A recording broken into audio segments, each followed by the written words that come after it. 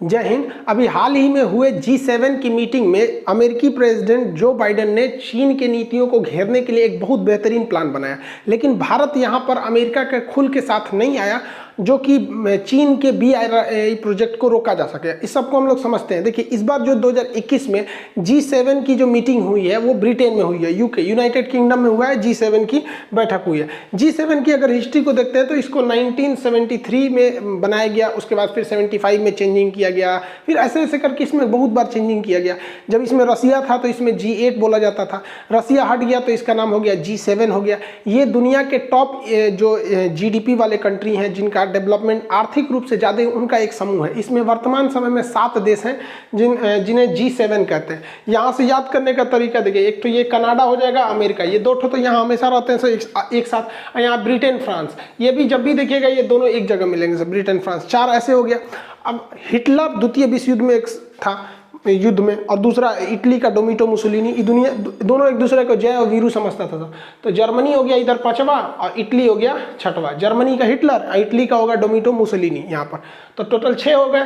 यहाँ पर एक जापान हो गया, 7 देश, टोटल 7 देश आते हैं। कनाडा, अमेरिका, ब्रिटेन, फ्रांस और जर्मनी, इटली, इधर आपका जापान।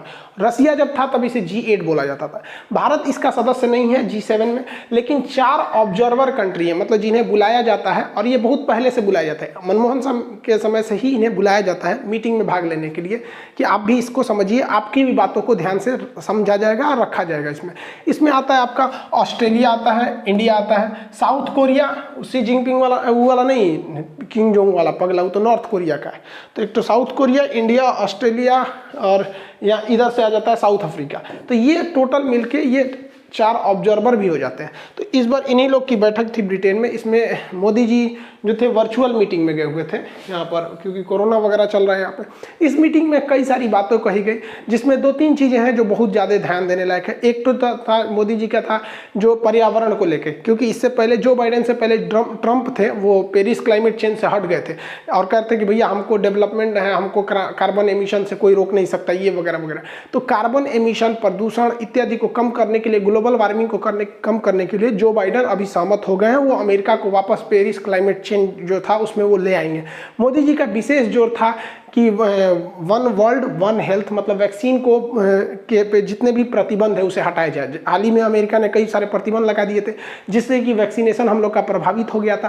तो वैक्सीन, पूरी दुनिया में वैक्सीन को लगाने के लिए इस पे जोर दिया गया। इस पे सारे लोग राजी भी हो गए, और ऐसा भी हो सकता है कि बहुत जल्दी वैक्सीन के लिए जो कॉपीराइट और पेटेंट नियम होता है वो 1 से 2 साल के लिए छूट दिया जाए, ताकि पहले इस वैक्सीन को क्या किया जाए, सबको लगा दिया जाए, ताकि कोरोना को रोका जा सके। इसके अलावा जो इसमें भारत के लिए सबसे अच्छी बात थी वो जो बाइडेन ने किया। जो बाइडेन ने कहा कि जो BRI प्रोजेक्ट है तो उसका काउंटर करने के लिए, अब BRI प्रोजेक्ट समझने से पहले आपको चीन का सिल्क रूट समझना पड़ेगा, सिल्क रूट के बाद आपको BRI प्रोजेक्ट समझना पड़ेगा, उसके बाद समझेंगे कि चाइना का डेब्ट ट्रैप क्या है, वो कर्ज के जाल में किसी को कैसे फंसाता है। प्रथम सदी में चीन का एक रेशम मार्ग था जिसे इंग्लिश में सिल्क रूट कहते हैं। इस सिल्क रूट के रास्ते से चीन जो है रेशम का व्यापार करता था। यह सिल्क रूट 2 रास्ते से जाता था, एक जमीन होकर जिसे रेड कलर से दिखाया गया है, दूसरा समुद्र होकर जिसे ब्लू कलर से दिखाया गया है। तो इसी को हम रेशम मार्ग कहते थे। उस वक्त ज़्यादा मशीनरीज नहीं थे, तो ज़्यादा हर देश के बीच में व्यापार होता था। तो चाइना क्या करता था, इतना होशियार था, हर देश से अलग अलग चीज़ें खरीदता था। भारत में यहाँ से साउथ से मसाले लेता था, यहाँ से सोने चांदी लेता था, हर जगह से कुछ ना कुछ खरीद के ले जाता था। बदले में वो पैसे के बदले में सिल्क यानी रेशम देता था, और रेशम की कीट और वगैरह रेशम की टेक्नोलॉजी चीन के पास ही था। हालांकि क्वेश्चन भी पूछता है एग्जाम में कि भारत का कौन सा शासक था जो रेशम मार्ग पर अपना अधिकार कर लिया था। तो कुषाण शासक जो था कनिष्क ने रेशम मार्ग पर अधिकार कर लिया था। इतना ना मारा चीन वालों को, रेशम मार्ग पर अधिकार कर लिया, कहा कि इधर से व्यापार करोगे लोग ना तो हमको तुमको टैक्स देना पड़ेगा। तो ये चीन का रेशम मार्ग था। ये आज से 2000 साल पहले की बात है। तो अब ये मार्ग बंद हो चुका है। चाइना ने सोचा कि उसके पास अथाह धन है, पैसा बहुत ज़्यादा है। अब किसी के पास बहुत ज़्यादा पैसा रख के क्या फ़ायदा, उसको इन्वेस्ट करना चाहिए। तो चाइना ने सोचा कि हम इस पैसे को क्यों ना इन्वेस्ट कर दे और दूसरे देशों में, ताकि जिन देशों को हम पैसा देंगे उस पर मेरा दबाव भी रहेगा। तो ये जो रेशम मार्ग था चाइना ने इसे दोबारा चालू कर रहा है, व्यापार करने के लिए नहीं, इस बार लोगों को अपने कर्ज के जाल में फंसाने के लिए। इस रेशम मार्ग पे जितने देश आते हैं, यहाँ पर जितने कंट्री आ रहे हैं, लगभग 100 कंट्रियों को इसने उसने कहा कि देखिए हम आपको कर्जा देते हैं, आप अपने यहाँ इंफ्रास्ट्रक्चर को बिल्ड कीजिए और आप हमसे पैसे ले लीजिए और आपको जो मन है वो बनाइए। लेकिन इसमें चाइना की चाल रहती है, इंफ्रास्ट्रक्चर के नाम पे वो कहता है कि आप बंदरगाह बना लिए, लेकिन शर्त ये रहती है कि चाइना से जो पैसा लेंगे बंदरगाह बनाने के लिए तो इसकी टेक्नोलॉजी जो रहेगी वो चाइना से लेना पड़ेगा और बनाने का ठेका चाइना की कंपनी को देना पड़ेगा। तो इससे चाइना को डबल फायदा, जो चाइना के पास पैसा था वो कर्ज के रूप में उस देश को दे देगा और जो चाइना की कंपनी थी जिनको प्रॉफिट चाहिए अब वो कंपनी वहां जाके बंदरगाह बनाएगी और उस पर जो मटेरियल लगेगा वो चाइना से आएगा। तो इधर से चाइना की जीडीपी भी बढ़ रही है, चाइना की कंपनियों को फायदा भी हो रहा है, चाइना के पास जो पैसा रखा था वो पैसा इन्वेस्ट भी हो गया, ब्याज भी आ रहा है और उस देश पर चाइना दबाव भी बनाएगा। ऐसे ही श्रीलंका को फंसा लिया, फोटो दिखा दिया श्रीलंका को, देखो ऐसे बंदरगाह बनेगा, इतना बड़ा बड़ा, कमा के लाल हो जाओगे लोग। श्रीलंका ने कहा वाह वाह बहुत बढ़िया है, श्रीलंका पैसा ले लिए। अब देखिए श्रीलंका ने ले लिया $10 बिलियन और श्रीलंका के पास पैसा कितना है, $4 बिलियन। अब इस बंदरगाह पे कोई आता नहीं है, श्रीलंका पूरी तरह फंस गया। अब ये बंदरगाह को बेच रहा है, कोई खरीदने को नहीं है, तो चाइना कहता है कर्जा दो नहीं तो बंदरगाह दो, तो ये अब बंदरगाह ले लिया वहाँ पे। तो यही करता है, फंसा देता है, इतना पैसा दे देगा कि आप कभी लौटा ही नहीं सकते और जब तक नहीं लौटाएंगे तो आप बंधुआ मजदूर हो जाएंगे। ऐसे ही श्रीलंका के कोलंबो एयरपोर्ट को कर दिया, ऐसे फोटो दिखाया, मार पैसा आएगा, लोग आएंगे कोलंबो एयरपोर्ट पे, लो लो लो, ससुरा श्रीलंका खुश होकर ले लिया। उस एयरपोर्ट पे कोई नहीं आता है तो श्रीलंका भारत से आकर आप ही एयरपोर्ट वाले लीजिए, ससुरा हम ही लोग खाली बैठल हैं यहाँ पे। तो पूरी दुनिया को जानबूझ के फंसाता है इसी तरह से और ऐसा ऐसा प्रोजेक्ट में पैसा देगा जो फेल हो जाता है, जैसे नहर निर्माण में दे देगा, पाइपलाइन में दे देगा। जानता है कि विकासशील देशों के पास ये सारी योजनाएं सरकारी पैसा लूट के बैठ जाते हैं, इससे कोई खास फायदा होता नहीं है। कहेगा डैम बनाना होगा, डैम में ऐसा टाइम देगा कि डैम का कोई खास काम वगैरह नहीं होगा, छोड़ छाड़ देता है वहाँ पर और बिजली घर वगैरह वगैरह के नाम पे बहुत सारा इन्वेस्टमेंट करता है। जैसे पाकिस्तान में भी सड़क वड़क बनाने के लिए इन्वेस्टमेंट किया। तो चाइना के इसी इन्वेस्टमेंट को काउंटर करने के लिए जो बाइडेन ने प्लान निकाला, चूंकि लॉकडाउन की वजह से, कोरोना की वजह से जो चाइना ने पैसे दिए इन सारे चीज़ों को बनवाने के लिए, उसको चाइना कहता है कि बेल्ट एंड रोड इनिशिएटिव। ये जितना है इसको कहता है बेल्ट एंड रोड इनिशिएटिव, इसलिए उसे BRI प्रोजेक्ट कहते हैं। इसी को कहते हैं वन बेल्ट वन रोड कहते हैं। ये किसका है, सिल्क रूट का ही नया रूट है, सेम चीज़ है। तो इसको काउंटर करने के लिए जो बाइडेन ने कहा है कि एक नया योजना चलाया जाता है, BBW, बिल्ड मतलब बनाया जाए, बिल्ड बैक दोबारा बेटर वर्ल्ड। तो बिल्ड बैक बेटर वर्ल्ड के नाम से इन्होंने $40 ट्रिलियन पैसा का अनाउंसमेंट किया। अब सोचिए 2035 तक ये 40 ट्रिलियन, अब इस 40 ट्रिलियन में चाइना का जो ये BRI प्रोजेक्ट है, ऐसा ऐसा 10 गो प्रोजेक्ट आ जाएगा। अब ऑलरेडी चाइना का ये प्रोजेक्ट घाटे में चल रहा है, लोगों के पास पैसा नहीं है चुकाने के लिए। अब उन लोगों के पास एक अच्छा मौका मिल गया, ये BBW में आ जाएंगे, कहेंगे कि हमें पैसा दे दीजिए यहाँ पे। अब चाइना चाह के भी इतना पैसे तो ला नहीं सकता है, 40 ट्रिलियन। तो इसमें ये बहुत बेहतरीन प्रोजेक्ट है और जो बाइडेन ने कहा भी है कि ये BRI प्रोजेक्ट के काउंटर के लिए किया गया है। अब इसमें भारत सरकार ने गलती कर दी है। यहाँ पर भारत को खुल के इस योजना का साथ देना चाहिए। तो भारत कहता है कि हम इस पे पहले स्टडी करेंगे फिर करें। अरे काहे लिए इतना इतना बढ़िया, अभी तक आपको चाइना का स्टडी ना समझ में आएगा। चाइना कभी हमारा नहीं हो सकता, उस पर मत घुरिए, यहाँ पे लतियाइए, वो ऐसे नहीं सुधरेगा। ऐसे कन्या के देखते हैं उसको, नहीं सुधरेगा उसको। इनको भी मोदी जी को तुरंत कहना चाहिए कि हाँ भैया हम इस योजना में खुल के साथ देते हैं, क्योंकि चाइना को अब कितना आजमाएंगे। 1962 से लेकर अब तक समझे में नहीं आया। जहाँ भारत का विरोध करना रहता है चाइना खुल के कहता है, और हम लोग कह रहे हैं कि अभी अध्ययन करेंगे उसके बाद इस योजना में शामिल हो जाएंगे। हम लोग को भी इस योजना में शामिल होना चाहिए और भारत सरकार को भी पूरी दुनिया में देखिए चाइना ने किस तरह से दबाव बना रखा है कि ये जो यूरोपीय यूनियन है, ये यूरोपियन यूनियन चाइना पे दबाव बनाते हैं कि तुम अपने यहाँ वीगर मुसलमानों को क्यों जुल्म करते हो, जो सिंजियांग प्रांत में। हालांकि मुस्लिम कंट्रीज जो है या पाकिस्तान है वो कभी भी वीगर मुसलमानों का बात नहीं करेगा, क्योंकि इतना ना पैसा दे रखा है चाइना कि उस समय इनको ना इंसानियत दिखेगा ना कुछ दिखेगा। फिलिस्तीन पर जितना इजराइल जुल्म करता है उससे 10 गुना ज़्यादा यहाँ पर होता है, लेकिन ये लोग को नहीं दिखाई देता है क्योंकि पैसा लिए रखे हैं। तो यूरोपीय कोई देश नहीं बोल रहा है, यूरोपीय यूनियन कह रहे हैं कि चाइना पे हम प्रतिबंध लगाएंगे, लेकिन चाइना ने पैसा दे के रखा। यूरोपीय यूनियन का एक देश है जिसका नाम है हंगरी, तो हंगरी वीटो कर देता है कि नहीं आप लोग इससे नहीं कर सकते हैं। तो पैसा में कितना कमाल है, देख रहे हैं कि नहीं। G7 कंट्री में चाइना का ज़्यादा दबदबा नहीं है, लेकिन G7 कंट्री में इटली है। इटली चाइना का थोड़ा सा फेवर करता है, तो इटली अमेरिका को कह रहा है कि आपको चाइना को काउंटर नहीं करना चाहिए। अलग बात, हालांकि इटली को तो हम लोग सोनिया गांधी के थ्रू मना ही सकते हैं, क्योंकि सोनिया गांधी इटली की हैं और अमूमन मैके में लोगों का पहुँच रहता है। तो देखिए यहाँ मोदी जी सोनिया गांधी को कहीं कहें कि मनाओ भाई इटली को, तो हमें चाइना को रोकना है।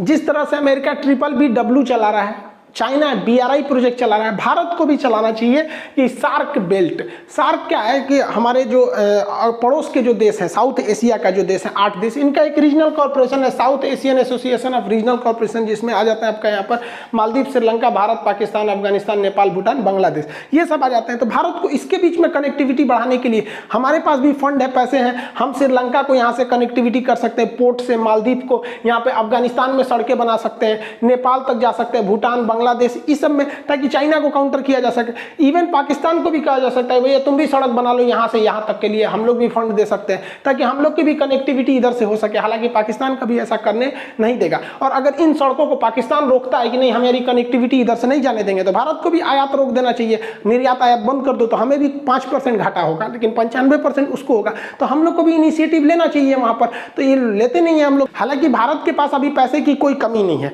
आप देखिएगा फॉरेन रिजर्व के मामले में हम रूस के बराबर चले आए।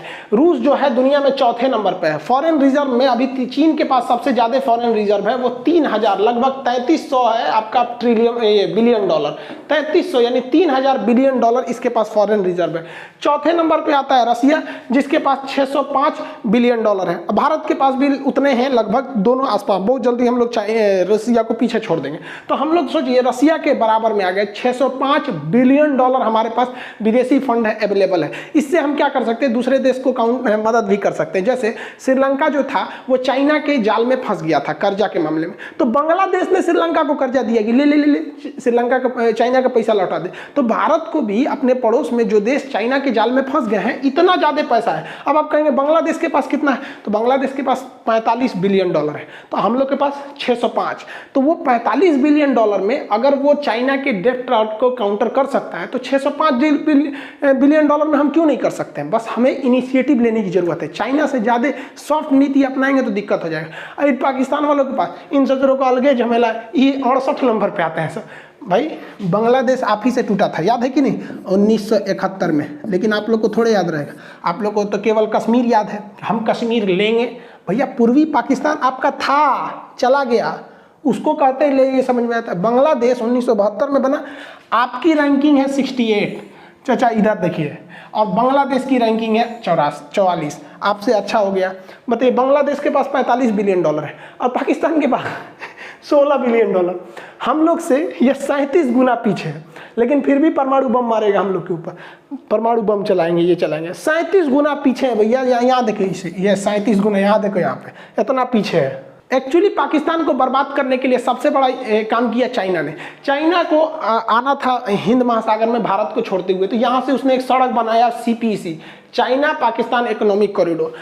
अंधाधुन पैसा लगा इस सड़क को बनाने में, और इसको कहा गया कि इस सड़क के दोनों ओर इकोनॉमिक कॉरिडोर बनाया जाएगा, 10,000 फैक्ट्रियाँ लगेंगी। ये हमारे चाचा को समझ में आया नहीं, फिसल गए वहाँ पे। 10,000 फैक्ट्री, मतलब खिलवाड़ है 10,000 फैक्ट्री, कोनो फैक्ट्री वैक्ट्री नहीं लगा। उल्टे इन लोग पे ऊपर इतना भयानक कर्जा हो गया कि कर्जा को सोचिए मत। अब ये हाल हो गया है कि चाइना इनको कर्जा मांगता है ना, तो ये चाइना से कहते हैं 1 साल का टाइम दीजिए, ताकि 1 साल में हम कहीं ना कहीं दूसरे जगह से कर्जा मांग के आएंगे, तो उस कर्जा से लेके आपका कर्जा चुकाएंगे। मतलब इन लोग का काम हो गया है कि जगह जगह घूम घूम के अभी ये लोग कर्जा मांगते फिर रहे हैं। ये सऊदी अरब में चले जाते हैं प्रिंस के पास कर्जा मांगने के लिए। देखिए सऊदी अरब प्रिंस कह रहा है आज बेटा तेरा पैसा दे देंगे, हमारा पैसा का कमी थोड़ी है। ये देखिए आप इंसान की प्रोटोकॉल को देख के समझे, ये इनको कितना वैल्यू दे रहा है, बराबरी की तरह। आ जाओ बेटा, आ जाए, इधर आ जाए। और ये जो भाई साहब है ना, इनके खुद के अब्बा हैं ये, और मतलब इनके अब्बा हैं ये किंग सलमान, और ये मोदी जी को रिस्पेक्ट देखिए। तो ये फर्क पड़ता है कि आपका देश के पास अगर पैसा है, इकोनॉमी है, तगड़ा है, अगर पूरी रिसोर्सेज से, तो फिर आपको वैल्यू ज़्यादा मिलेगी, आराम से मेहमान नवाजी होगी इस तरह से, आइए बैठिए। और अगर ऐसे जाएंगे भिखारी की तरह, आए चल तेरा पैसा देते हैं, कितना चाहिए, चल चल चल, इसको ले जाओ, नाश्ता पानी कराओ यहाँ पर। चाइना के BRI प्रोजेक्ट में फंस के, चाइना के जो डेट ट्रैप है उसमें कई देश फंसे, जिसमें अफ्रीका था, श्रीलंका था, मालदीव था, कई देश फंसने चले गए सब।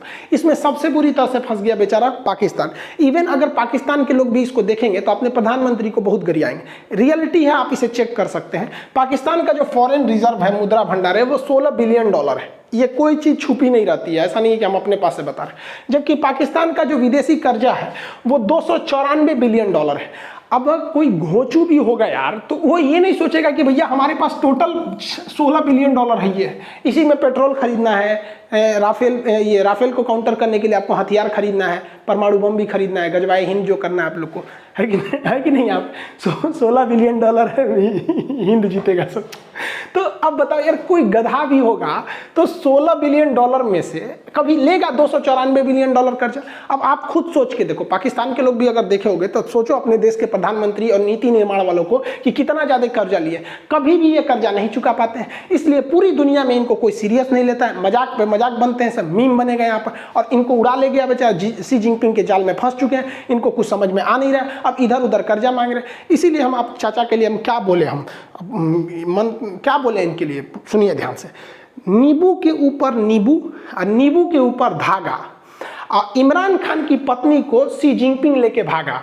कहीं क्या तुमको क्या ये तो होता है, चाइना जो है वो कर्जा देता है तो कर्जा के बदले या तो जमीन ले लेता है श्रीलंका की तरह, नहीं तो इज्जत ले लेता है पाकिस्तान वालों की तरह। अब हम क्या बताएं, BRI प्रोजेक्ट का काउंटर करने के लिए जो बाइडन ने प्लान बनाया है वो एकदम बेस्ट है। और उन लोग जो लोग कह रहे थे बाइडन के जीतने पे कि ये चाइना का कुछ नहीं करेगा, अब समझ में आ रहा है नहीं, यहाँ पर अंतर्राष्ट्रीय नीति में कोई किसी का दोस्त नहीं, कोई किसी का दुश्मन नहीं।